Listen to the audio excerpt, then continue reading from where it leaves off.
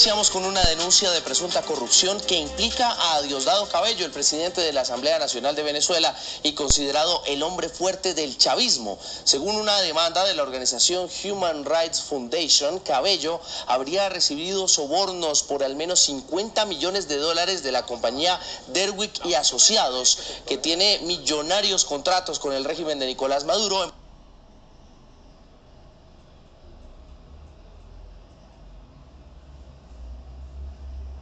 Proyectos de infraestructura eléctrica. El demandante sostiene que esos dineros para Cabello tenían como propósito encubrir presuntos sobrecostos en la facturación de las obras. Además, el presidente de Human Rights Foundation asegura que fue difamado por los directivos de Derwick, según él, con una carta enviada a la revista Forbes, donde lo habrían descalificado como fuente informativa. Los autores materiales. Muchos compañeros. El periodista de NTN 24, Julio César García, enviado especial a Oslo, Noruega, logró hablar con Thor Havlorsen, es el presidente de Human Rights Foundation, exclusivo NTN 24. Gracias, Thor Havlorsen, por esta entrevista. Esta demanda interpuesta contra un grupo de empresarios venezolanos y que menciona a Diosdado Cabello, el presidente de la Asamblea Nacional, como quien haya recibido un soborno por 50 millones de dólares, ha atraído la atención de los medios estadounidenses, pero no de los medios venezolanos. Ahí no se ha mencionado nada al respecto. ¿Por qué y en qué medida está ingiriendo el gobierno venezolano para evitar que se conozca este hecho? Bueno, en la prensa venezolana inicialmente, cuando empieza la demanda, hubieron menciones en las redes sociales más que todo. Sin embargo, la falta de interés en no solo el caso judicial, sino en la situación de la corrupción de las plantas eléctricas, es algo que en Venezuela es inédito. El hecho de que la prensa se ha hecho caso omiso acerca de ello. Es un tema que es muy censurado en Venezuela, es un tema muy difícil para el gobierno, porque es un ejemplo muy grande de lo que ha ocurrido en las contrataciones de gobierno en Venezuela, desde construcción de infraestructura a las plantas eléctricas. Ha habido mucha corrupción. Y también es curioso que quizás uno o dos políticos han tocado el tema y de una manera muy liviana. No se ha hablado acerca de la corrupción, y en el caso en particular hay una demanda donde se hacen una cantidad de alegatos en la corte, alegatos jurados, que en Venezuela no parece importarle a la prensa. Y eso es lo que nos dice, es que en Venezuela no hay una prensa libre, de que en Venezuela no se interesa a nivel de gobierno o de la fiscalía tocar el tema de la corrupción de las plantas eléctricas, y en el caso mío el tema de Derwick Associates. Estos empresarios, Derwick Associates, ¿hasta qué punto están coludidos con el gobierno? Por supuesto, en principio, el gobierno del presidente Maduro los ha llamado oligarcas, pero el poder económico parece estar estableciendo relaciones entre ellos, quienes les otorgan los contratos.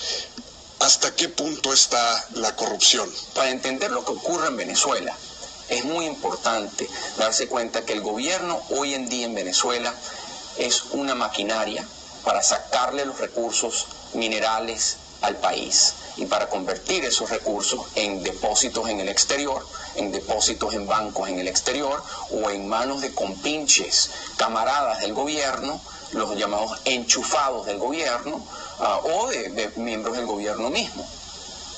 ¿Qué hicieron estos empresarios en su contra? ¿En contra mío? Sí.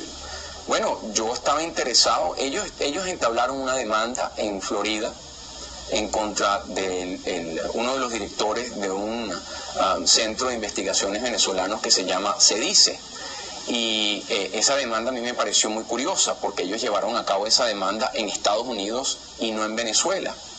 Inclusive el periodista venezolano que más ha escrito acerca del tema de las plantas eléctricas fue en el 2011 y fue César Batiz, del periódico Últimas Noticias.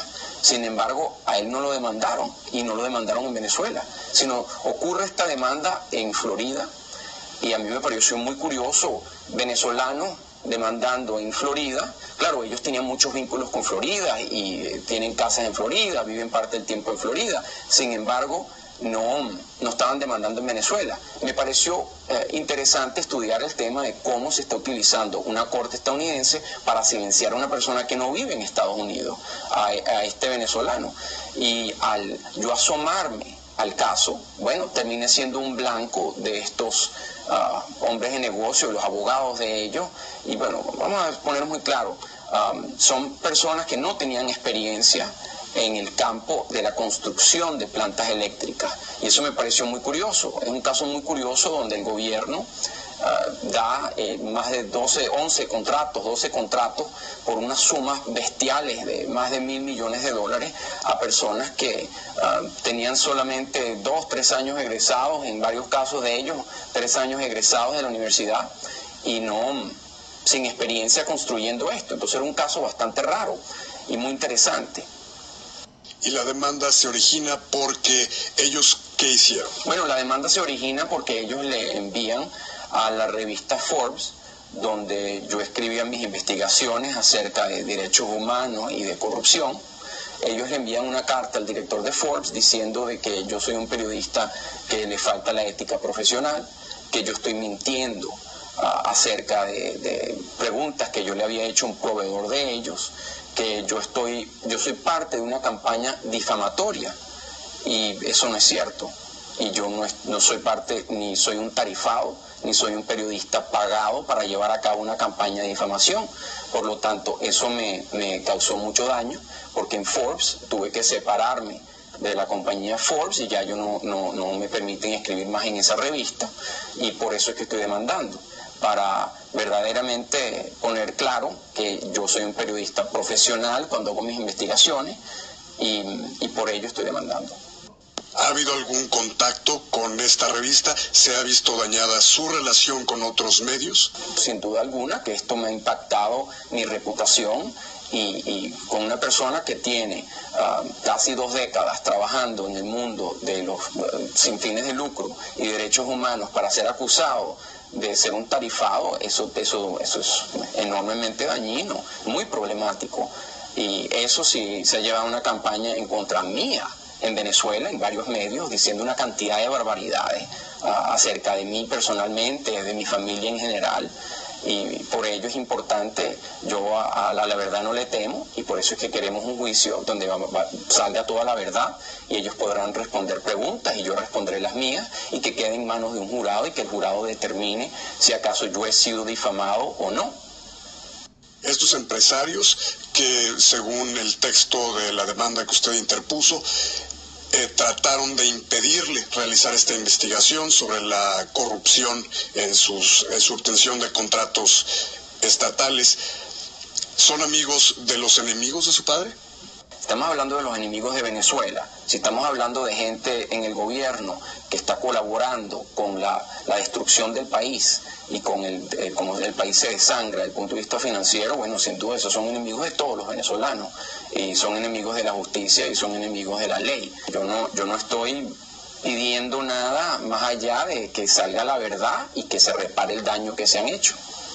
Hasta el punto en que logró llevar usted su investigación antes de que fuese interrumpida, ¿qué tipo de relaciones se encontró entre los empresarios de Derweck y el gobierno venezolano? A mí se me acusó de mentir acerca de si acaso existió el sobreprecio en las contrataciones, tanto de los bienes como de la construcción de las plantas. Y puedo decir que eso no era una mentira.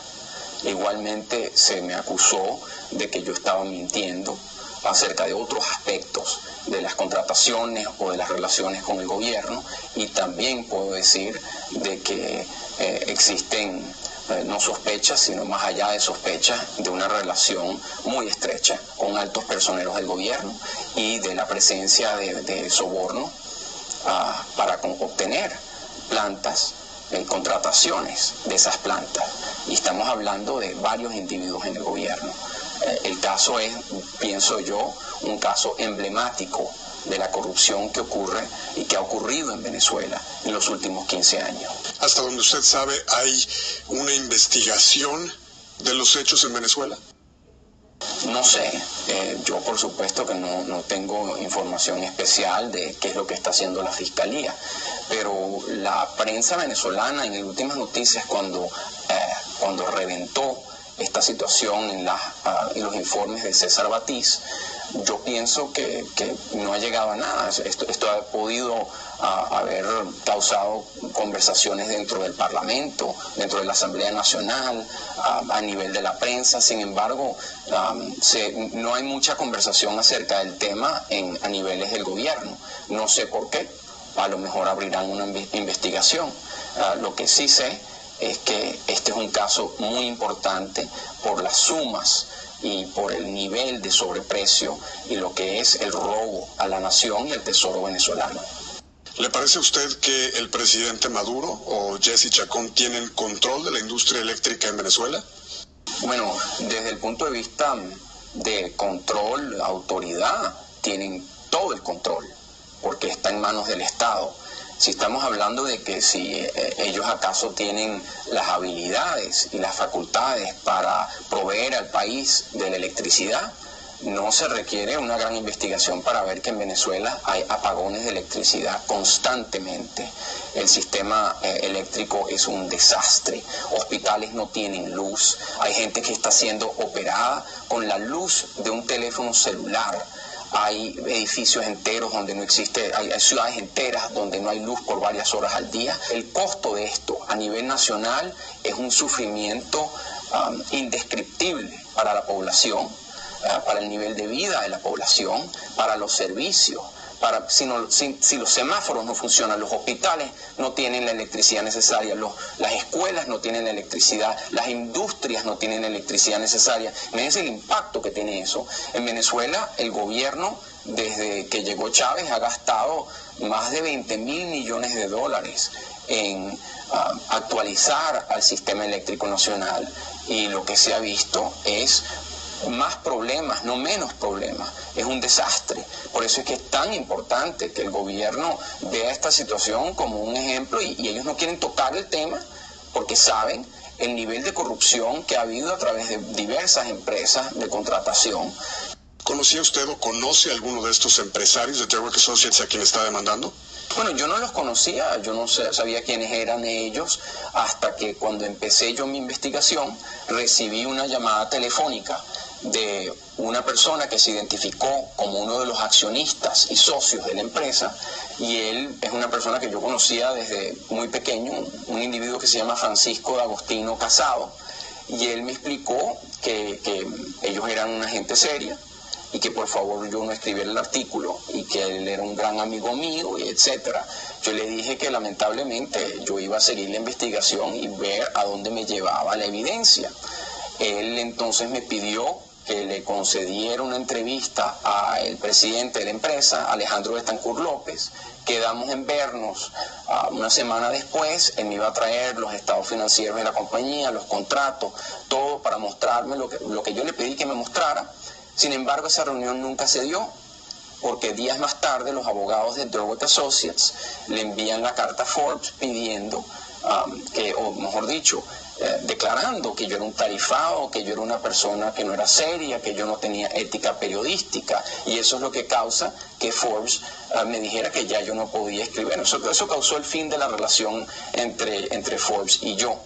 Y otra cosa interesante es que el mismo individuo, Francisco de Agostino, me ofreció, él sabiendo que yo soy presidente de una ONG de derechos humanos, él me ofreció una suma de dinero como donación para la fundación. Bueno, yo no soy tarifado de ninguna persona que está llevando a cabo una campaña de difamación, y mucho menos soy tarifado de una persona que está buscando que yo me censure, que yo me autocensure, que yo no toque un tema a cambio de una donación. Muchas gracias, doctor Rosen, por esta entrevista. Regresamos con ustedes al Centro Internacional de Noticias.